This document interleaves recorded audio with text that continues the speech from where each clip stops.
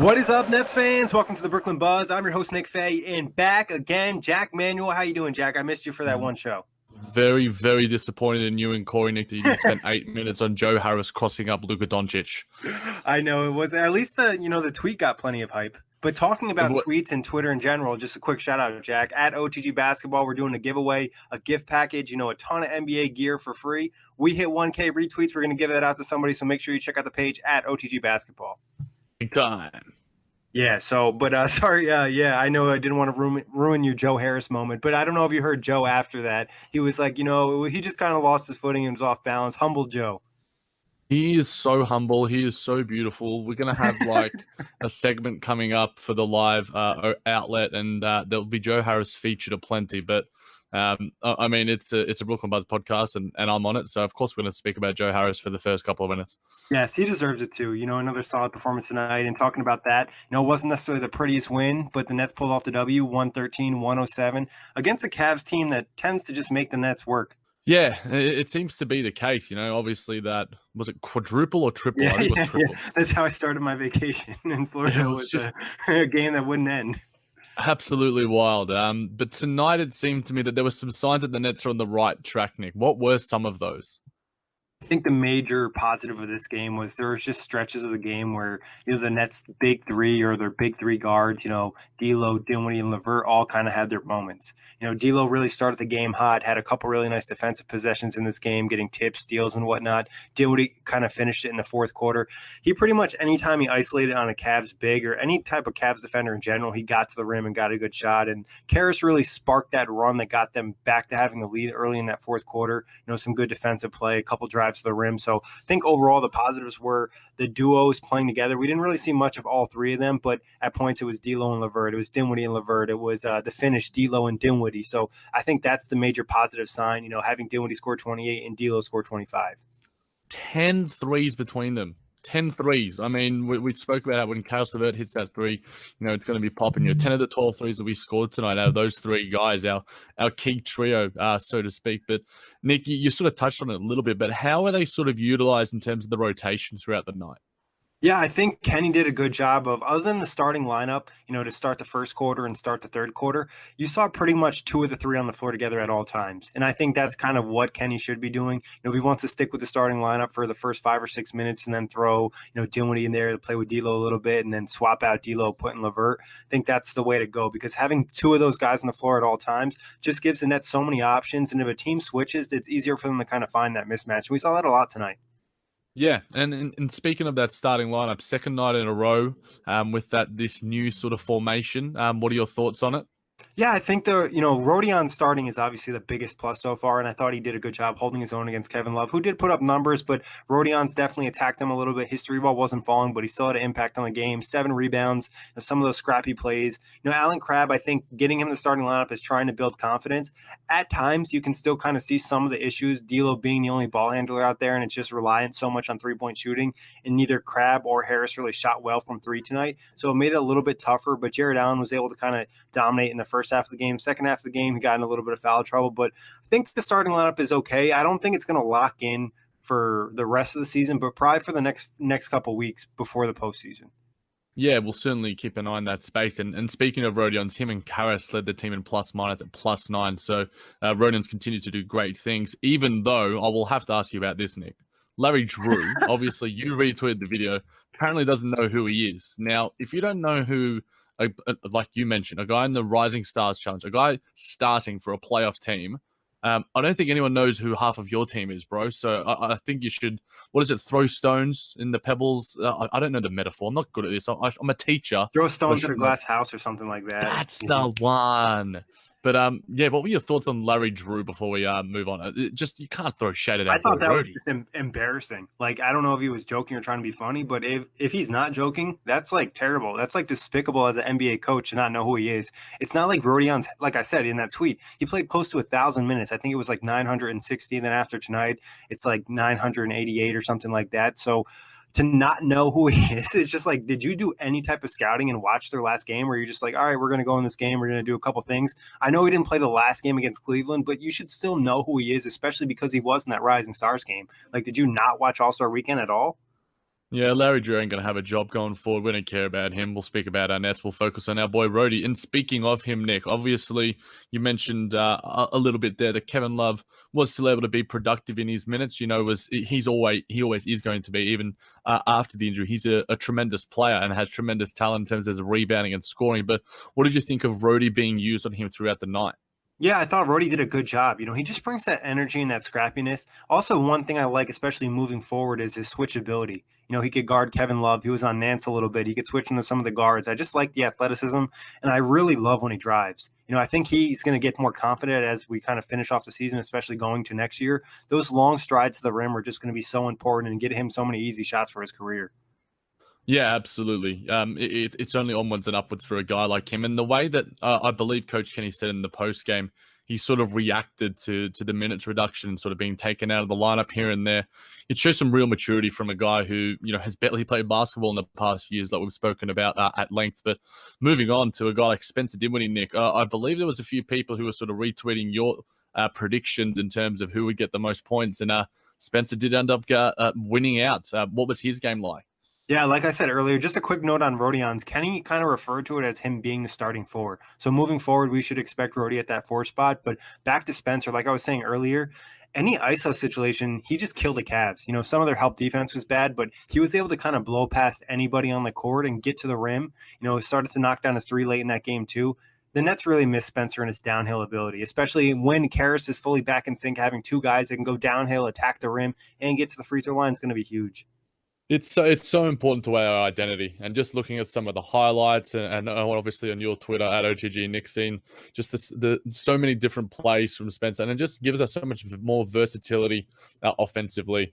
Just spreads the floor in so many different ways, and you're looking for a bucket, you put the ball in Spence or Karras or D'Lo's hands, rather than sort of forcing the pressure onto a guy like D'Lo so consistently. It's just making us so much more dangerous, despite the fact that we weren't amazing tonight from the looks of it. But Nick, what was it in that sense that sort of, the Nets had leads at points, the Cavs came back. It was sort of grind out win. What didn't the Nets do well, to have this sort of blowout win, which is what I guess a lot of teams would expect against a Cavaliers team? I think, one thing that stuck out, Kevin Love being on that team and actually playing tonight, they are a better team with Kevin Love. Like, he's still, an all-star caliber player. But first quarter, the Nets played hard, good energy. Second and third quarter, they did not do that. Fourth quarter, they picked it back up and brought the intensity. Thought like a couple things that stuck out. Free throw shooting was pretty bad tonight. I think they missed 11 free throws. Turnover-wise, they started the game well. The second quarter with just two. And then as the game progressed, they just got careless with the ball. It's almost like they went up on this team and they're like, all right, the Cavs aren't that great. We can kind of have a little bit of fun instead of just locking in and kind of putting them down. They faced the Mavs and they blew them out crazy, but the Mavs were just absolutely terrible in that game. The Cavs played with some heart tonight.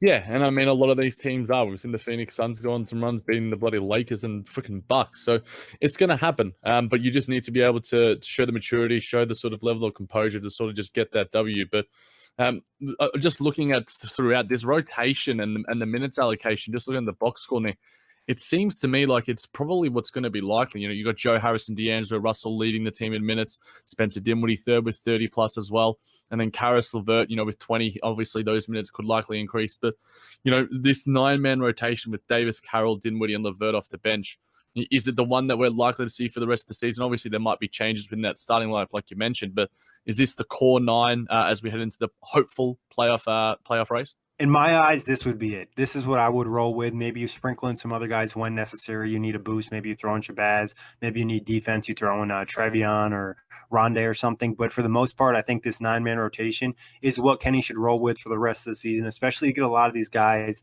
and get their chemistry right. Because believe it or not, like a lot of the combinations just haven't had a ton of minutes on the floor. Crab missed a lot of time. Dinwiddie missed a lot of time. LeVert missed a lot of time. So getting guys minutes together is important. Oh, absolutely. Chemistry is absolutely everything. And we've got it at a decent enough time that we can sort of integrate those players in different ways. And the results are starting to show somewhat. Obviously, it's going to be with bigger tests coming forward, against the Hawks and Detroit. But, the Nets are still hanging around, and they're, funnily enough, tied in terms of the loss column with the Pistons, but obviously they've got a couple of games in hand with us, so we'll be jostling with them for sure for that 6th spot, and that's going to be a really key pivotal game going forward. But as long as we make it, Nick, because the flights are booked, I'm going to keep repeating that the flights are booked, so I've got to get over there. We need to save that money.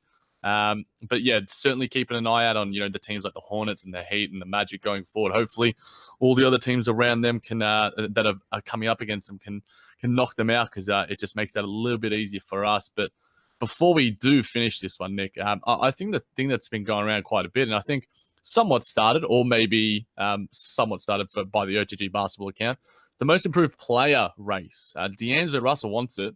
Spencer Dinwiddie couldn't get it last season. I betrayed him and Nets fans by picking Pascal Siakam. Obviously, what are your thoughts on D'Lo for most improved? I actually thought Spencer made a really good case.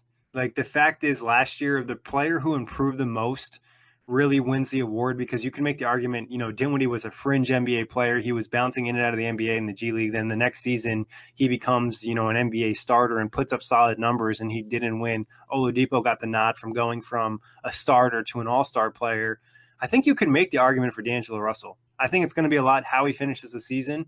I think the real key factor is, like, D'Lo does a lot for his team. He's the number one guy. He's the one, creating all the offense for other players, making his teammates better. Where Siakam is a great player, a two-way player, brings a ton of energy, a lot of versatility, super efficient, but he would never be the number one player on a team. He's not creating for others. He's not necessarily making them better. So I think there is a fair argument, but most likely Siakam's going to win. Yeah, and I mean, I think both of them will be fighting out for it. It seems to me like, Victor Oladipo last season was the sort of runaway contender. Pascal Siakam seems to be that, but I wouldn't be surprised if D'Angelo Russell gets votes, and he himself, and I quote, put it on record, I'm going to win it. So I love the underrated confidence and swagger that this kid has, that is combined with the, not necessarily a new level of maturity, but just, he's just growing up, and he's got a great team around him and some great mentors. So we're all in on D'Lo. I need to be a bit more in on him, apparently. But, if there are other contenders out there, I don't know. De'Aaron Fox probably has a similar sort of case, but I'm totally rooting for him, even though I don't necessarily think he will win it. Yeah, no, 100%. I think he would have to have some more magical games. If the Nets were to have a really good road trip, against all these Western Conference teams, and he were to put up a couple 30 or 40-point games, that might be enough to sway the voters at the right time, especially if Siakam kind of falls under the radar with Kawhi and Kyle Lowry having big games along those lines. So definitely something to keep an eye on. Definitely. Anyone, any last thoughts, Nick, before we finish off this one? Just a quick schedule notes. We brought up 2 shows ago, 15 games left, 35 days. The Nets do have the toughest remaining schedule, but on a positive side, Charlotte, Orlando, and Miami, they all play each other in that division. So there's going to be nights where the Nets are going to be in a win-win situation like they were tonight. Miami beat Charlotte, so now Charlotte goes down. So if the Nets can kind of just keep getting a couple wins here and there, and these teams are going to kind of battle each other out of the playoffs. Yeah, and that's what we're sort of talking about. It's going to be, the teams around us is going to affect us in our standing in a really big way as well. But as long as we keep doing the right things, focus on our form, and that's obviously the mentality anyway. So we take it game by game. I think I said that at least once every podcast. But, it's true. You got to do it game by game, especially for a young team. I think there's a little bit to build off. Going from Dallas, going to Cleveland, like, the games are completely different. And, Atlanta's going to be another test in a different way. And then, like you pointed out earlier, like that Detroit game is going to be huge. That's going to be the closest thing to a Nets playoff game than we've seen in years. Oh, it's going to be insane. It's going to be absolutely insane. And, Detroit are playing some great basketball. They've sort of taken over our role in a weird way as being the real form, underrated team of the East, with Andre Drummond taking his game to a new level, Reggie Jackson playing some really good basketball, and Blake Griffin, just doing Blake Griffin things. So it's going to be a massive matchup, and there's going to be plenty of those, in the final sort of 10, 15 remaining games, Nick. But, man, I'm just excited for Nets basketball. Every single game has so much riding on it. Exactly. And I'm just really excited to watch this trio of guards in Caris LeVert, D'Angelo and Spencer. Just really excited to see how they can kind of gel and, put it all together before the playoffs come. And I think that could make the Nets more dangerous moving forward if they do land in the postseason.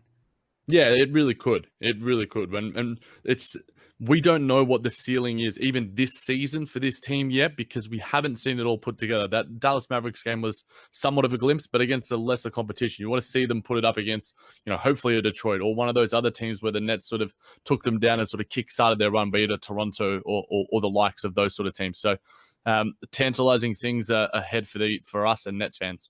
Exactly. As always, thank everybody for listening. Always fun talking Nets with you, Jack. Happy to have you back. And check us out, iTunes, Blog Talk Radio, OTGBasketball.com, NetsRepublic.com, Dash Radio, and YouTube. And another quick shout out, OTG Basketball, for that giveaway.